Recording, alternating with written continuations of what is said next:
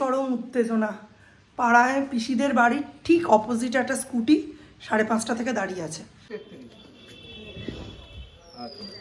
যে গাছটা যে বেরিয়ে আছে ওখানে একটা ব্যাগ।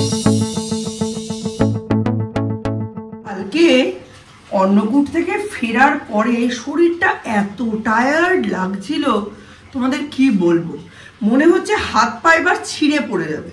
অথচ দেখো এর থেকে কত বেশি দৌড়োদৌড়ি, লাফালাফি, ঝাপাঝাপি আমার হয়, কিন্তু এত ক্লান্ত কোনো সময় লাগে না। অ্যাকচুয়ালি শেষের দিকে না স্ট্রেস হয়ে গেছিলো। ওদিক থেকে দীপ ফোন করছে যে মা তাড়াতাড়ি এসো, ভাই আউট অফ কন্ট্রোল হয়ে গেছে। আর দীপের ভয়েস মডুলেশনটা না আমি বুঝতে পারি, মানে যেহেতু মা, বুঝতে পারাটাই স্বাভাবিক। ও খুব টেরিফাইড হয়ে গেছিলো, ভাই বমি করে দিচ্ছে, প্যাকেট থেকে সবজির খোসা নিয়ে এরম এরম করে ছড়াচ্ছে। তারপরে ফোন করে আমি বললাম তোরা এসে গেছিস, তাহলে তোরা মন্দিরের ভেতর চলে। আমি ভাবলাম ভালোই হলো, মা ওদেরও ডেকে নিল, সৌমের নামে পুজো, সৌম্য প্রণাম করে যাবে। তো বললো না মা, ভাই এখন শান্ত হয়ে গেছে, তোমার সাথে ফোনে কথা বলে ভাই মোবাইল দেখছে। কিন্তু মা একতলাটার খুব খারাপ অবস্থা।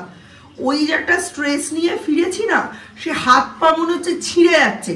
বাড়িতে এসে হাত পা ধুয়ে টুয়ে দুই ছেলেকে খাইয়ে দিয়ে নিজে একটু প্রসাদ কণিকা মাত্র খেয়ে ঘুমিয়ে পড়েছি। আর বিকেলবেলা উঠে পুরোই ঠিক ছিলাম, বাট কালকে সৌম্য আর সৌর্য দুজন নেই, পড়তে বসেনি।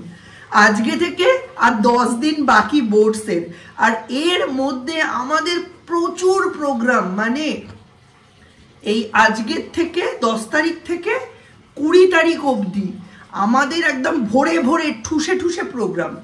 কি করে যে পরীক্ষাটা ঠিকভাবে দেওয়াবো আমি সেটাই ভেবে পাচ্ছি না।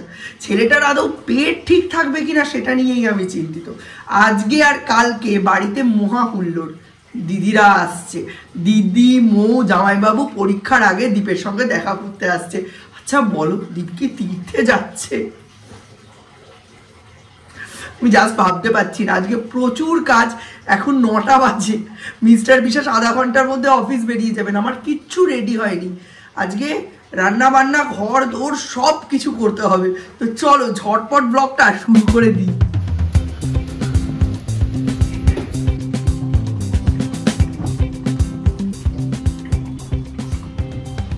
রান্নাঘরে বাসি বাসন কিছু ছিল, সেগুলো মেজে উপর দিয়ে দিয়েছি। এখন করব লাউ দিয়ে মুগের ডাল। ঘুম থেকে উঠেই বায়না কি না, বাবা কেন আমাকে রেখে চলে গেছে, বাবাকে আমি টাটা করব। সেই আবার ভিডিও কল করে বাবাকে দেখালাম, বাবাকে টাটা করলো, তারপরে গিয়ে মুড ঠিক হলো। আর আজকে দেখো জানলা টানলা খুলে দিয়েছি, এই ঘরেও জানলা টানলা খুলে দিয়েছি, কারণ একটু আলো বাতাস ঢুকলে সৌম্যরও পড়তে ভালো লাগবে। আর বিছানা থেকে লেপ, কাঁথা, কম্বল, বালিশ সব এখন রোদে দেওয়া হবে।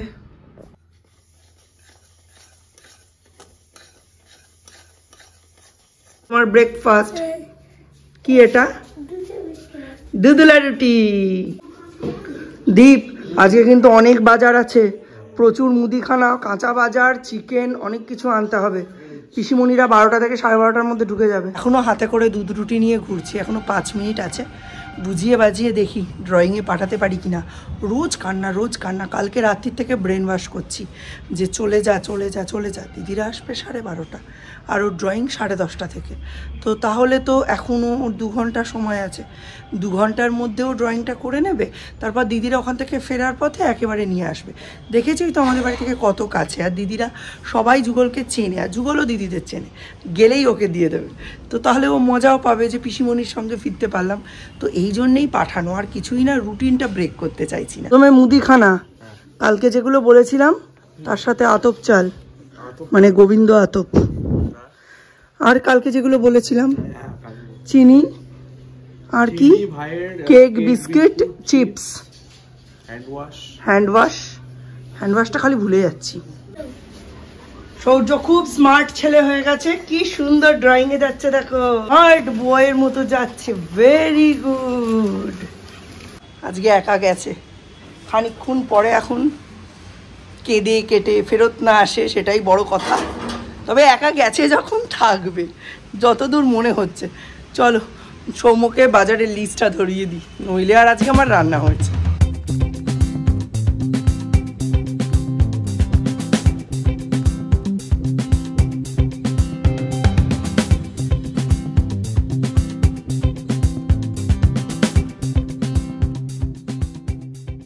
পাড়ায় চরম উত্তেজনা। পাড়ায় পিসিদের বাড়ির ঠিক অপোজিট একটা স্কুটি 5:30 থেকে দাঁড়িয়ে আছে, কোনো ওনার নেই। পিসি বলছে বোম ফোম নেই তো, ফাটবে ফুটবে না তো? তা আমি বললাম কেন? বলছে যিনি একটা ছবি তুলে রাখো তো, এরকম কে দাঁড় করিয়ে রেখে গেল? ফাটাফুটি না হলে 2 দিন দাঁড়িয়ে থাক না, তাতে অসুবিধা কি? পাড়ায় টেনশন হয়ে গেছে। এই বাইকটাই অনেকক্ষণ ধরে দাঁড়িয়ে আছে। এই হচ্ছে তার নাম্বার প্লেট। প্রেসার কুকারে বাঁধাকপি সেদ্ধ করতে বসিয়ে দিয়েছি, আর দীপ এনেছে মাংস। এই মাংসটাও ম্যারিনেট করে এবার আমি ফ্রিজে ঢুকিয়ে দেবো, কারণ মাংসটা হবে বিকেল বেলায়, আর এখন করার মতো অনেক কাজ আছে। মাংসটা নিয়ে এখন বসা যাবে না, চলো ঢুকিয়ে দিই। তো সবজি নিয়ে এসেছে দীপ। ভাবা যায় এই 3টে বড় বড় ফুলকপির দাম নাকি মাত্র 50 টাকা। যে আজকে গুড বয় হয়েছে, একটুও কাঁদেনি। এখন রোদ পোয়াচ্ছে বিড়ালের মতো। ক্যাট, এটা ক্যাট একটা। ই মা মেরে ফেলছে তো। এ বাবা,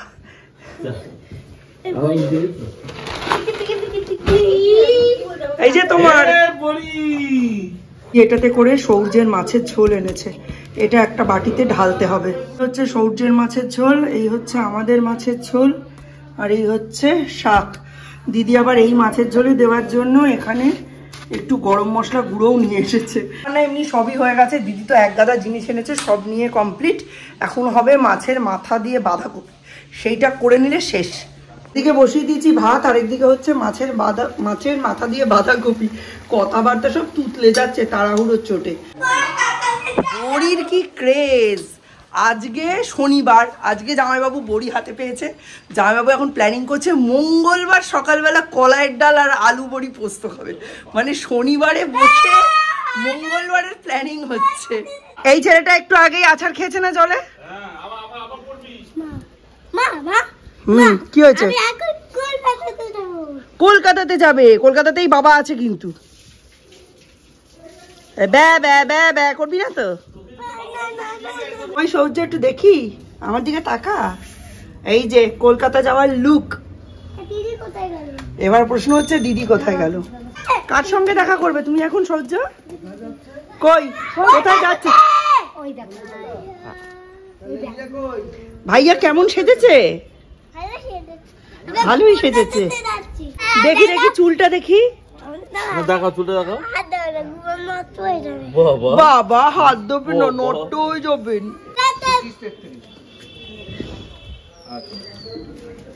ঠিক আছে, ওটা দোকানের নাম্বার। এই না না, একটা এম পরিষেবা বলে একটা অ্যাপ আছে, ওটাতেও দেখা যায়। এসে নিয়ে যাক, তারপর যার দরকার সেখান থেকে নিয়ে যাবে। এখন সকলকে নিয়ে ঘুরতে যাচ্ছে কলকাতা। সৌর্য আমার কথা মনে পড়বে? হ্যাঁ, সব সব ওই ডাব্বার মধ্যে ভর্তি করে। চলো টাটা টাটা। জেঠুকে নিয়ে যা, জেঠু তো তোকে ঘুরতে নিয়ে যায়, নিয়ে যা। ও আর তাকাবে না পেছনে। কাঁদি আমার সৌর্য, আমি কাঁদি আমার সৌর্য। এই যেরম করে সৌর্য কাঁদে ওরম করে কাঁদবো। আমার সৌর্য। টাটা করে দাও। না না, আমি তোমাকে নিয়ে ঘুমোতে চাই। আচ্ছা, পুটা পিসে যাচ্ছ? এখনো বেশি কথা বাড়াবে না, এখন ফটাফট। ও দিদির বাড়িতে। টাটা। পাড়ায় ওই স্কুটিটা থাকা খুব বিপজ্জনক। তোমরা থানায় ফোন করে ফোন নাম্বার দিয়ে দিলাম, মানে ফোন নাম্বার বলছি, স্কুটির নাম্বারটা দিয়ে দিলাম। এবার থানা থেকে এসে স্কুটিটা নিয়ে যাবে, আর তারপরে যা হবে না হবে দেখা যাবে। কারণ যদি কোনো ওনার এসে পরবর্তীকালে খোঁজও করে, তাহলে যেন আমরা বলে দিতে পারি যে থানায় আছে, থানা থেকে কালেক্ট করে নিন। স্কুটিটা কে যে রেখে গেছে, স্কুটিটা কেউ জানে না। ভোর 5টা থেকে আমাদের বাড়ির দেওয়ালে। এবার এখন ওই থানায় ফোন করলো করে নাম্বার প্লেটটা দিয়ে দিল, বললো যে নাম্বার প্লেটের নাম্বারটা আমাদের দিন, ওরা নিয়ে যাবে গাড়িটা। যে গাছটায় যে বেরিয়ে আছে ওখানে একটা ব্যাগ ঝুলছে। তারপরে আমি বলছি কে, মালাকে বলছি, মালা ব্যাগে হাত দিবি না। গান করে করে একেবারে চোখ মুখ লাল করে ফেলেছি। অ্যাকচুয়ালি ঘড়ির কাঁটায় বাজে 7টা, আর যেহেতু সৌর্য নেই, আমি পুরো ঘর ভালো করে ঝাঁট দিয়ে এখন মুছলাম। মোছার পরে গাটা কেমন একটা লাগছিল না, তো ওই জন্য স্নান করে জাস্ট বেরিয়েই ক্যামেরার সামনে এলাম। আসলে আজকে সরস্বতী দিয়ে ওপরটা করেছে, আর সকালে যেহেতু বাড়ির ভেতর প্রচুর লোকজন ছিল, ডামাডোলে কী যে ব্লগিং করেছে হাতির মাথা ভগবান জানে। তো সেই কারণেই এখন ঘরদোরটা মুছে নিলাম। চলো এবার মাংসটা বের করি। ওয়াও, দারুণ হয়েছে। আর একটু হলেই মাছের ঝোলটা পুড়ে যাচ্ছিল, বাপরে বাপ। মাংসটা অনেকক্ষণ ম্যারিনেশন হয়ে রয়েছে, তাই এরকম অবস্থায় রয়েছে। প্রায় 15-20 মিনিটের মধ্যে মিস্টার বিশ্বাস ঢুকে যাবে। সৌম্য গেল ওর শুক্লা ম্যামের বাড়িতে। তো শুক্লা ম্যামের কাছে লাস্টের 3 দিন মনে হয় 1 উইক মনে হয় পড়তে যায়নি। এখন কি আর পড়তে যাওয়ার সময় আছে, বাড়িতেই পড়ছে। তো ম্যামের কাছে ওর পরীক্ষার বেশ কিছু কপি জমা করা আছে, তো সেইগুলোই আনতে যাচ্ছে। ও হ্যাঁ, গাড়ির ঘটনাটা বলি। তারপরে তো পুলিশ এলো পাড়ায়। পাড়াতে পুলিশ এসছে, আমরা সবাই ছিলাম। আমি, রাজুদা, ওদিকে দীপঙ্করদা যেমন ছিল, এদিকে কাকিমা ছিল, আম্মা দাদা ছিল, এবং সমস্ত পাড়ার যত লোক সব জড়ো হয়ে গেছে যে কার বাইক। কেউ বলছে 5টা থেকে রয়েছে, কেউ বলছে 6টা থেকে রয়েছে, কেউ বলছে হয়তো রাত্রির থেকেই রয়েছে। তো পাড়ায় স্বাভাবিকভাবেই একটা চাপা উত্তেজনার মতো অবস্থা। তো তখন রাজুদা বলল দরকার নেই, চলো পুলিশকে ফোন দিয়ে দিই। পুলিশকে ফোন দেওয়ার সঙ্গে সঙ্গে পুলিশ চলে এলো। পুলিশ এসে ওই একজনকে নিয়ে এসেছিল, সে একটা অ্যাপ দেখে গাড়ির যে নাম্বার প্লেট সেটা স্ক্যান করে বের করলো যে একজন ব্যক্তির বাইক এটা, তো তাকে কল করা হলো। তো সে তখন বলছে যে আমি আপনাদের পাড়ারই একজনের বাড়িতে এসেছিলাম, সেখানে একটা মেডিকেল এমার্জেন্সি হওয়াতে আমি রাত্রিবেলায় বাইকটা ওখানে রেখে আমি চলে গেছি। রাত্রির মানে 12:30 1টা নাগাদ বাইকটা ওখানে রেখে চলে গেছি, এবং এর ফলে কি হয়েছে আমি আর মানে বাইকটা নিতে পারিনি, এখনও সেই এমার্জেন্সি পিরিয়ডটা ওভার হয়নি। তো তারপরে দেখা গেল আমাদের পাড়ারই মানে আগের বছরই 12ই ফেব্রুয়ারির ব্লগটা যদি দেখো, ইউভানের বার্থডে, 1 বছরের বার্থডেতে আমরা গিয়েছিলাম। ইউভানের মায়ের শরীর খারাপ, মানে আমাদের বাড়ির ঠিক 2-3টে বাড়ি পরেই যাদের বাড়িতে আমি গাছ টাছগুলো দেখাই, ওর মায়েরই কালকে 12টা 1টা নাগাদ একটা মেডিকেল এমার্জেন্সি হয়েছে। ওই 2 বছরের বাচ্চার মা বলো, ওকে নিয়ে চলে যাওয়া হয়েছে জেএনএমে। তো ওর ভাইয়ের বাইক ওটা, কিন্তু পাড়ায় কেউ কিছু জানে না। সকাল 9টা থেকে দুপুরবেলা 4টে অবধি, মানে বিকেল 4টে অবধি পাড়ায় এত গন্ডগোল হচ্ছে, কিন্তু ওদের বাড়ি থেকে কেউ একটা তো কনফার্ম করবে যে এটা আমাদের রিলেটিভদের বাইক, বাড়িতে একটা এরম মেডিকেল এমার্জেন্সি হয়েছে, তার কারণে বাইকটা ওখানে পড়ে আছে।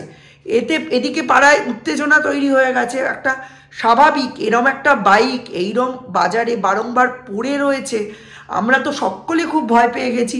তো আমাদের কাছেও কোনো উপায় ছিল না, যেহেতু আমাদের কাছে প্রপার নিউজটা ছিল না। এবার নিউজটা আসার পর নিজেদেরই খারাপ লাগছে, কিন্তু কিছু করারও নেই। পাড়ায় যদি কেউ জানতে না পারে, কাউকে যদি জানতে না দেওয়া হয়, কিছুই না, বাইকটা পড়ে রয়েছে, জাস্ট যদি ওদের বাড়ি থেকে একটা কল আমাকে করে দেওয়া হতো যে জিনিয়া তোমাদের বাড়ির সামনে আমাদের একটা বাইক রয়েছে, হ্যান্ডেল লক করা আছে, থাক, আমাদের একটা ক্রাইসিস হয়েছে, আমরা পরে গিয়ে বাইকটা নিচ্ছি, তাহলেই এই ঝামেলাটা হতো না। মিসকমিউনিকেশনের কারণে এত বড় একটা চাঞ্চল্য তৈরি হলো। রীতান্তই একেবারে নৈহাটিতে বোমাতঙ্ক এই অবস্থা তৈরি হয়ে গিয়েছিল। আদা রসুন কেটে নিয়েছি, আর এখানে আমি ফ্রাইড রাইসের ব্যবস্থা করছি। সবজি এখানে সবই কাটা রয়েছে, সৌম্য, সৌর্য আর দিদি মানে মৌয়ের জন্য তৈরি হচ্ছে ফ্রাইড রাইস। এই যে মটরশুঁটিগুলো ছাড়িয়ে খালি অ্যাড করব, তারপর একেবারে আসছি রান্নার পরে।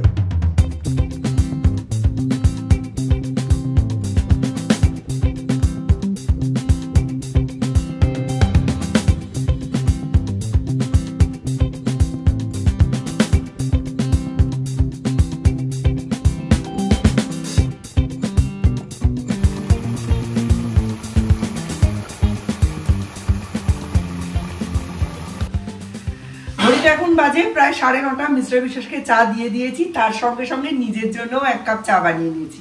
আর এখানে দেখতেই পাচ্ছ মাংস কষাচ্ছি। মাংস কষানো আর কি দেখবে বলো। তো চলো, রাত্রিরের খাওয়া দাওয়ার ব্যবস্থা এখন শুরু হয়ে গেছে। আর সৌম্য চলে গেছে বাজারে, আমার সর্ষের তেল আর গরম মশলা ফুরিয়ে গেছে। তো সকালে বলার থেকে বেটার এখনো পেন আনতে যাচ্ছে, এখনই ওকে একটু বলে দেওয়া, তাই ওকে বলে দিলাম। সৌর্য কিন্তু এখনো বাড়ি ফেরেনি, ওদের ট্রেনটা 15 মিনিট ধরে স্টাক হয়ে রয়েছে। তো বাড়িতে সবাই ফিরুক, সবাই মিলে আমরা জমিয়ে ডিনার করি। আপাতত ব্লগটা এখানেই শেষ করছি, দেখা হবে নতুন একটা ব্লগে, ততক্ষণের জন্য টাটা, গুড নাইট।